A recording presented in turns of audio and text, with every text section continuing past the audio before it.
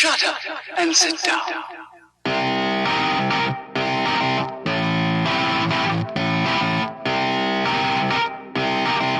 What's the story, Internet? I hope everyone is having a wonderful day so far.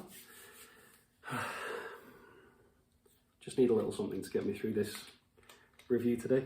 I hope everyone enjoyed the Champions League, unlike me.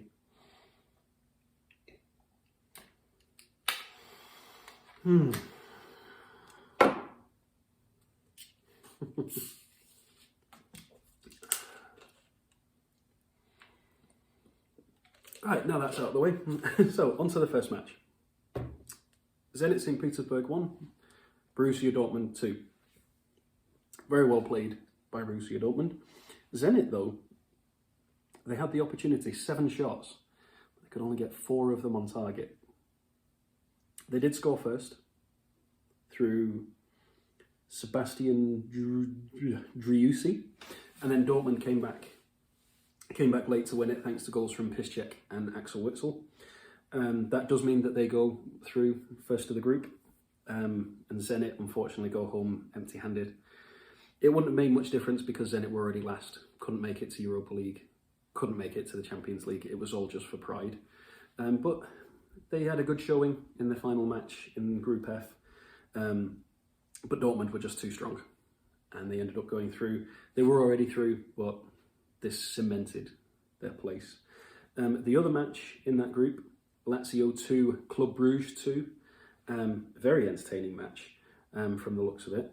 Lazio scoring first, then Bruges equalising, then Lazio scoring a penalty, then Bruges equalising late on, a red card to equalise it. So fair play to the 10 men of Bruges, because from the 39th minute red card, for a smaller team, you would have expected them to just crumble and Lazio to just brush them aside.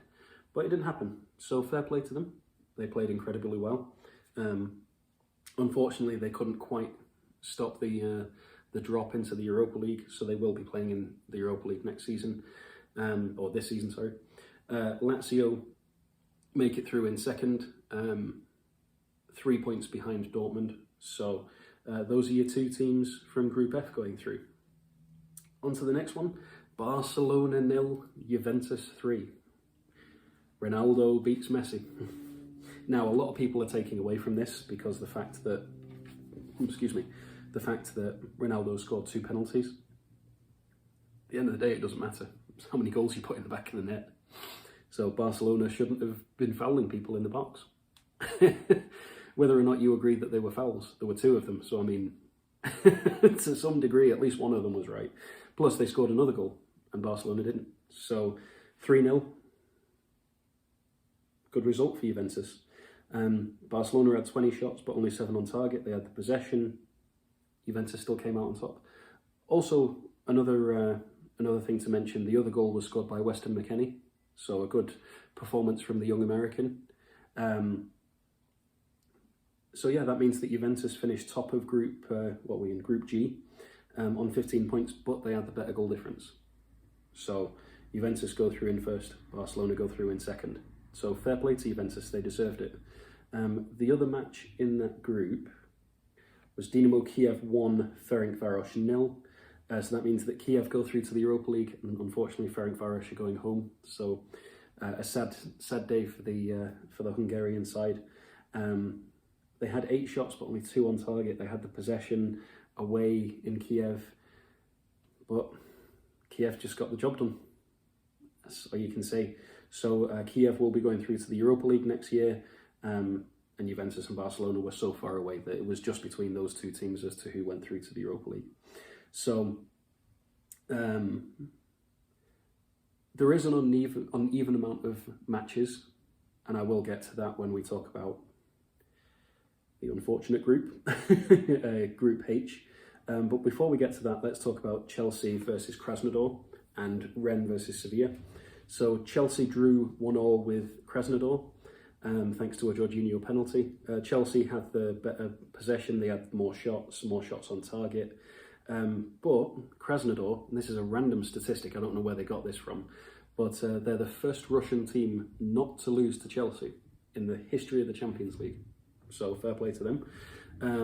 Thanks to a Remy Cabella goal, they were 1-0 up, and then, like I said, Jorginho scored the penalty to give them the point. So fair play to both teams. That does mean that Krasnodar go through to the Europa League on 5 points, thanks to the results from the other match, which was Sevilla 3, Rennes 1.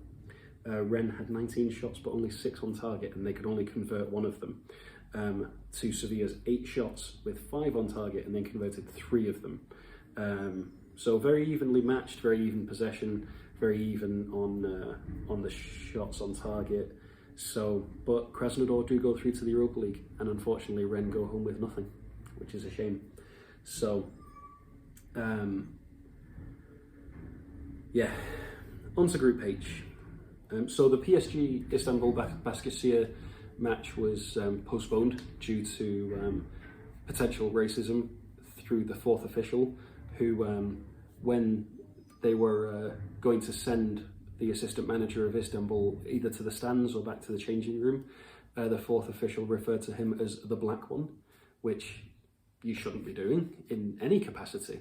That'd be awful if it was just one of the stadium hands, but for the 4th official. So it has been postponed until tomorrow, which means that Manchester United will have to wait for their fate tomorrow.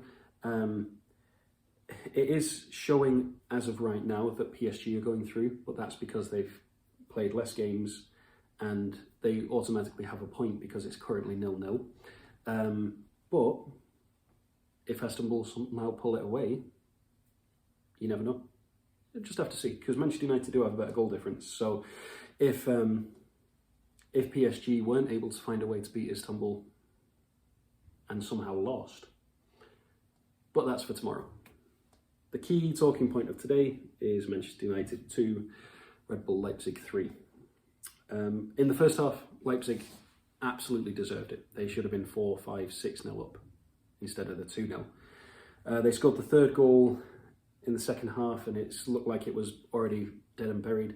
Bruno Fernandes scored a penalty, and then Paul Pogba scored a goal, either Paul Pogba or Harry Maguire. It popped up as Harry Maguire, and then Paul Pogba was given credit, so I'm not sure how that was. I was unfortunately at work, so I haven't seen the 2 goals.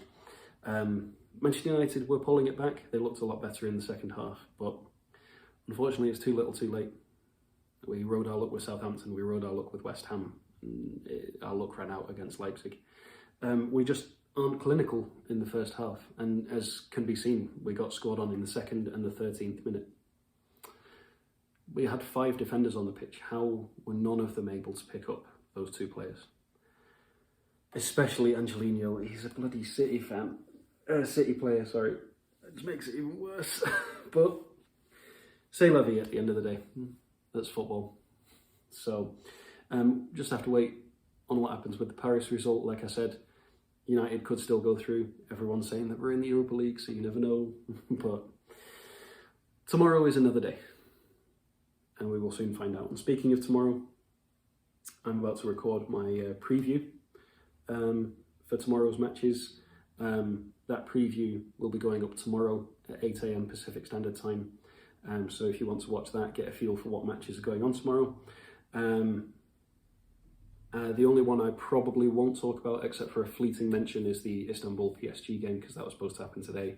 I've already previewed it once, previewed it here, so I've already done that. Been there, done that, got the t-shirt sort of thing. So at the same time as this video though, there is going to be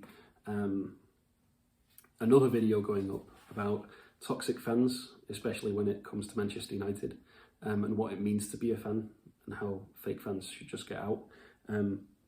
Did me good to get it out of my system. I've been wanting to make that video for a while, and I think that today's result and the reaction to today's result warranted it.